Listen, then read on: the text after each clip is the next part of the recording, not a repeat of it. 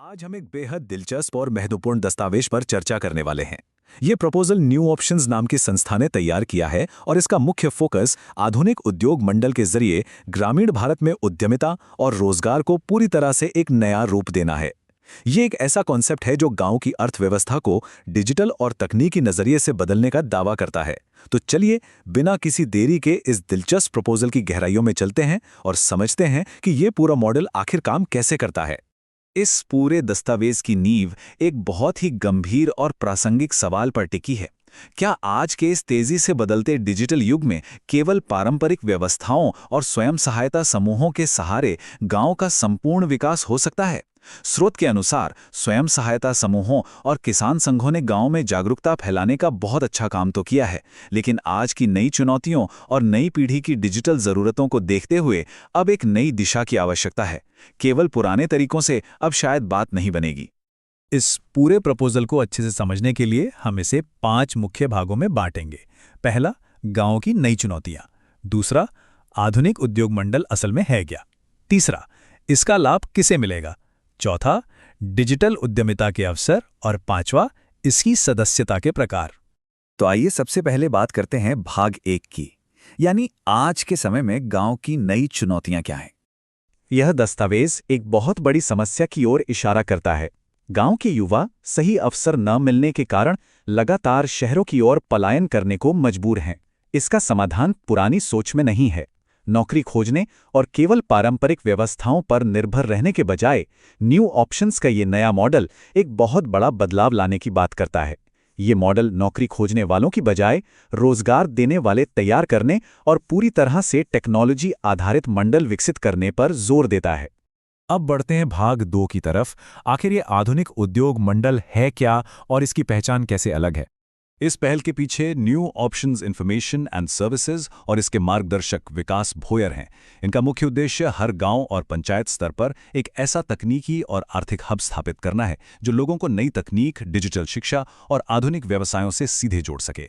ये सिर्फ एक साधारण संगठन नहीं है, बल्कि गांव को सही मायनों में आत्मनिर्भर बनाने का एक पूरा अभियान बताया गया है। इस पूरी पहल का विजन एक बहुत ही प्रभावशाली मूल मंत्र में छिपा है। कुटीर उद्योग को हर घर में स्थान मिले, हर खाली हाथ को काम मिले। यह स्पष्ट करता है कि लक्ष्य केवल कुछ चुनिंदा लोगों तक सीमित नहीं है, बल्कि हर उस व्यक्ति तक पहुंचना है जिसके पास रोजगार नहीं है। मकसद है कुटीर उद्योगों को एक आधुनिक रूप देकर हर घर तक ले जाना। इसके बाद आता है भाग 3। ये समझना बहुत जरूरी है कि आखिर इस मॉडल का सीधा लाभ मिलेगा किसे। ब्रोशर के अनुसार यह योजना समाज के उन वर्गों को ध्यान में रखकर बनाई गई है जो अक्सर मुख्य धारा के विकास में पीछे छूट जाते हैं। इसमें विशेष रूप से गृहिणियां, विद्यार्थी, कर्मचारी, छोटे व्यवसायी और सुशिक्षित बेरोजगार युवा शामिल हैं। लक्ष्य है इन सभी को डिजिटल दुनिया के टूल्स थमाकर पूरी तरह से सशक्त बनाना। दस्तावेज में हर वर्ग के लिए बिल्कुल स्पष्ट और अलग लक्ष्य निर्धारित किए गए हैं। युवाओं को डिजिटल मार्केटिंग और सोशल मीडिया के जरिए अपना करियर बनाने का अवसर मिलेगा। महिलाओं के लिए घर बैठे ऑनलाइन काम, पैकेजिंग, हस्तशिल्प और फूड प्रोडक्ट के जरिए अपनी आय बढ़ाने के रास्ते खोले गए हैं। और किसानों के लिए जो सबसे बड़ा फायदा बताया गया है वो ये है कि वो बिचौलियों के बिना सीधे डिजिटल प्लेटफॉर्म पर ग्राहकों से जुड़ सकते हैं। इससे उन्हें अपनी मेहनत का बेहतर मूल्य मिल सकेगा। अब आते हैं भाग 4 पर, जो इस प्रपोजल का सबसे महत्वपूर्ण हिस्सा है, डिजिटल और उद्यमिता के नए अवसर। दस्तावेज में डिजिटल इंडिया जैसे राष्ट्रीय अभियानों के साथ सीधा तालमेल बिठाने पर बहुत जोर दिया गया है।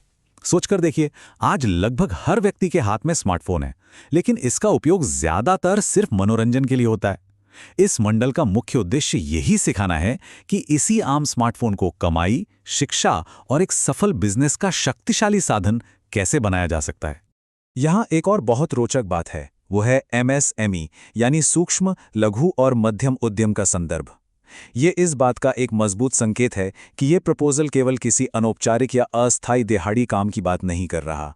इसका लक्ष्य प्रॉपर छोटे छोटे वैध सूक्ष्म उद्योगों को स्थापित करने के लिए मार्गदर्शन, सर्टिफिकेशन और एक पूरा संस्थागत ढांचा तैयार करना है। इसमें बताए गए व्यापार के अवसर पारंपरिक ग्रामीण श्रम की परिभाषा से कोसों दूर हैं। यहाँ डिजिटल सेवाओं पर काम करने, ऑनलाइन आय के नए स्रोत खोजने, एफिलिएट और रेफरल इनकम कमाने और यहाँ तक कि एजेंसी और फ्रेंचाइजी स्थापित करने जैसी आधुनिक राजस्व धाराओं का प्रस्ताव है। सच कहें तो ये गांव के लोगों को महज एक उपभोक्ता से उद्यमी बनाने की एक बहुत ही स्पष्ट रूपरेखा है। और अब आखिरी हिस्से यानी भाग 5 पर नजर डालते हैं, जो है इसकी सदस्यता और काम करने के तरीके के बारे में। प्रस्ताव में सदस्यता यानी मेंबरशिप के 2 स्तर रखे गए हैं। एक है फ्री सदस्यता, जो बुनियादी डिजिटल जागरूकता, सरकारी योजनाओं की जानकारी और बेसिक ट्रेनिंग वीडियो तक पहुंच देती है। और दूसरी है प्राइम सदस्यता। ये उन लोगों के लिए है जो सच में अपना व्यवसाय स्थापित करना चाहते हैं। इसमें professional life training, business setup के लिए स्टेप बाय स्टेप मार्गदर्शन और प्रायोरिटी सपोर्ट का दावा किया गया है। इस दस्तावेज में पूरी पारदर्शिता बनाए रखते हुए प्राइम सदस्यता के शुल्क का भी स्पष्ट उल्लेख है। इन सभी उन्नत लाभों और विशेष प्रशिक्षण सुविधाओं को प्राप्त करने के लिए मात्र 500 रुपये का एक मुश्त शुल्क निर्धारित किया गया है। इस संगठन की जो इंटरनल कार्यप्रणाली और लीडरशिप का ढांचा है, वो भी काफी दिलचस्प है। पूरे मंडल को चलाने के लिए कोऑर्डिनेटर, फील्ड ऑफिसर और यूनिट मैनेजर जैसे पद बनाए गए हैं। सबसे खास बात यह है कि इन लीडरशिप रोल्स के लिए बाहर से किसी को नहीं लाया जाएगा, बल्कि जो सक्रिय प्राइम सदस्य हैं उन्हीं में से इनका चयन होगा। और हाँ, इन पदों के लिए बाकायदा कमीशन और मानदेय का भी प्रावधान रखा गया है। इस दस्तावेज का समापन एक बेहद शक्तिशाली विचार के साथ होता है। अब गांव में केवल सहायता नहीं, अवसर चाहिए। ये पूरी सोच ग्रामीण भारत को महज मदद प्राप्त करने वाले वर्ग के बजाय सशक्त और आत्मनिर्भर उद्यमियों के रूप में देखने का प्रस्ताव रखती है। ये वाकई में सोचने पर मजबूर करता है कि क्या तकनीक और सही ट्रेनिंग के तालमेल से हमारी सदियों पुरानी ग्रामीण अर्थव्यवस्था को पूरी तरह से बदला जा सकता है।